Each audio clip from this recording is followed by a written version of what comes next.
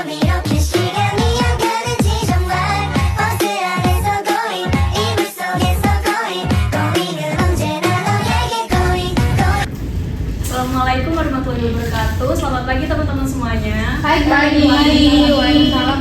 Kenalin ya, nama saya Narida Yudhira dan di kesempatan kali ini aku ingin membahas tentang sebuah topik yang lagi populer banget nih, yaitu intermittent fasting. Nah, pasti kalian semua udah pernah dengar kan tentang istilah ini? Pernah. Nah, metode ini populer banget di kalangan orang-orang yang ingin menjaga berat badan mereka atau kayak mereka pengen diet gitu. Nah, salah satu alasan yang membuat metode ini populer adalah karena sederhana.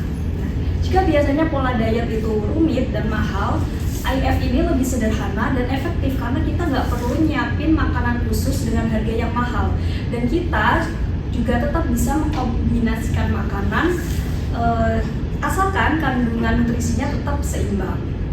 Nah, selain untuk menjaga berat badan, intermittent fasting ini juga memberikan banyak manfaat bagi kesehatan. Nah, untuk itu kita harus paham nih gimana sih cara kerja, terus metode apa aja yang ada, serta bagaimana cara agar kita bisa menerapkan intermittent fasting ini dengan benar. Jadi, mari kita bahas lebih lanjut bersama tentang intermittent fasting ini. Nah, pengertian dari intermittent fasting ini adalah pola yang mengatur kapan kita makan. Nah, dengan kata lain, intermittent fasting ini lebih mengutamakan waktu kita makan daripada apa yang akan kita konsumsi. Nah, ketika kita mengatur waktu makan, tubuh akan beralih dari pembakaran glukosa ke pembakaran lemak sebagai sumber energi. Proses tersebut membantu penurunan berat badan dan pengurangan massa lemak. Nah, beberapa metode yang bisa kita pilih sesuai dengan kemampuan tubuh kita, yaitu ada yang pertama metode 16:8. Nah, di mana kita harus berpuasa atau kita dilarang makan selama 16 jam dan kita diperbolehkan makan dalam jangka waktu 8 jam saja. Lalu yang kedua ada metode 5:2. Caranya seperti makan seperti biasa selama 5 hari dalam seminggu, namun membatasi kalori makanan dengan maksimal 500 kalori pada 2 hari selanjutnya. Yang ketiga ada metode eat stop eat. Nah, metode ini caranya yaitu dengan berpuasa selama 24 jam sekali atau 2 kali dalam seminggu. Contohnya, kita bisa makan jam 8 malam. Nah, tapi kita tidak boleh makan lagi sampai jam 8 pagi keesokan harinya. Dari dua metode yang sebelumnya, metode ini cukup sulit dilakukan sih. Nah, namun metode ini lebih efektif karena untuk pembakaran kalorinya bisa lebih cepat. Saat menjalani intermittent fasting ini, tentu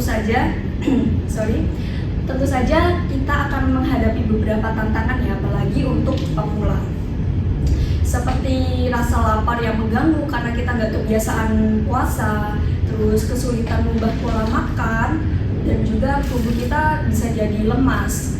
Nah, untuk itu sangat disarankan jika kita ingin memulai metode intermittent fasting ini, kita harus bertahap dengan memulai puasa dari jangka waktu yang lebih pendek terlebih dahulu. Lalu kita bisa meningkatkannya sesuai dengan kondisi tubuh kita. Nah, selanjutnya agar intermittent fasting ini membawa dampak baik, kita harus memastikan bahwa saat makan kebutuhan karbohidrat, protein, dan serat kita itu terpenuhi. Jadi kualitas makanan yang kita konsumsi harus tetap kita perhatikan dengan mengurangi makanan seperti makan olahan, gula, apalagi makanan yang tinggi lemak jenuh. Sebagai gantinya, kita lebih baik mengkonsumsi sayur, buah, biji-bijian, dan makanan protein yang tinggi tapi tanpa lemak. Nah, dengan memperbanyak air putih, terus tidur yang cukup juga, serta olahraga mungkin 30-40 menit secara teratur setiap harinya, itu juga akan membantu keberhasilan dari metode intermittent fasting ini. Nah, seperti yang udah aku sampaikan sebelumnya, selain untuk menjaga berat badan, intermittent fasting ini juga memiliki manfaat bagi kesehatan tubuh kita jika dilakukan dengan benar tentunya. Nah, ada sebuah penelitian yang menunjukkan bahwa intermittent fasting ini dapat mengurangi resiko diabetes, juga membantu mengurangi berat badan dan lemak tubuh yang merupakan faktor resiko utama dari penyakit jantung. Namun harus diingat bahwa intermittent fasting ini tidak dianjurkan untuk beberapa orang seperti ibu hamil, ibu menyusui, lalu remaja di bawah 18 tahun, dan orang-orang yang mungkin memiliki masalah kesehatan tertentu. Nah, oleh karena itu, alangkah baiknya sebelum kita memulai metode intermittent fasting ini, kita berkonsultasi dengan dokter terlebih dahulu.